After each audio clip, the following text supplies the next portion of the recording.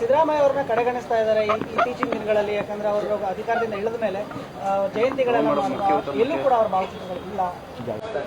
ಕಡೆಗಣಿಸುವಂತ ಪ್ರಶ್ನೆ ಏನಿಲ್ಲ. ಮತ್ತೆ ಕೆಲವು ಕಡೆ ಬ್ಯಾನರ್ ಹಾಕಿಲ್ಲ, ಪೋಸ್ಟರ್ ಹಾಕಿಲ್ಲ ಅಂತ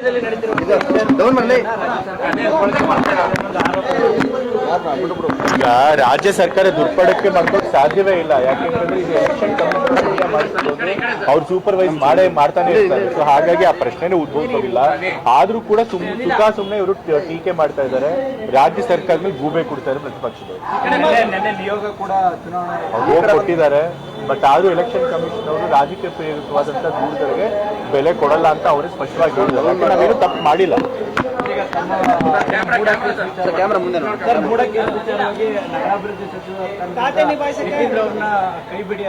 ಈಗಾಗಲೇ ಅದಕ್ಕೂ ಉತ್ತರ ಕೊಟ್ಟಿದ್ದೀನಿ.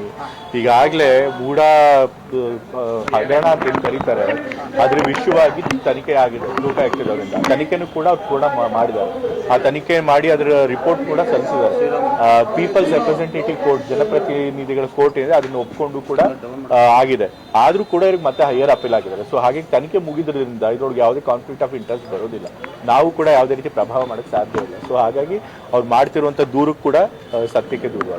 ಸಿದ್ದರಾಮಯ್ಯ ಅವರನ್ನ ಕಡೆಗಣಿಸ್ತಾ ಇದ್ದಾರೆ ಇತ್ತೀಚಿನ ದಿನಗಳಲ್ಲಿ. ಯಾಕಂದ್ರೆ ಅವರು ಅಧಿಕಾರದಿಂದ ಇಳಿದ ಮೇಲೆ ಜಯಂತಿಗಳೆಲ್ಲ ಎಲ್ಲೂ ಕೂಡ ಅವ್ರ ಭಾವಚಿತ್ರಗಳು ಇಲ್ಲ. ಯಾವ ಜಯಂತಿಗಳು? ಕಡೆಗಣಿಸುವಂತ ಪ್ರಶ್ನೆ ಏನಿಲ್ಲ. ಮತ್ತೆ ಕೆಲವು ಕಡೆ ಬ್ಯಾನರ್ ಹಾಕಿಲ್ಲ, ಪೋಸ್ಟರ್ ಹಾಕಿಲ್ಲ ಅಂತ ಸಣ್ಣ ಪುಟ್ಟ ವಿಷಯಗಳಿಗೆಲ್ಲ ತಂದವರು ತಲೆ ಕೆಡಿಸ್ಕೊಳ್ಳುವಂಥದ್ದು ಅಂತವ್ರು ಅಲ್ಲ.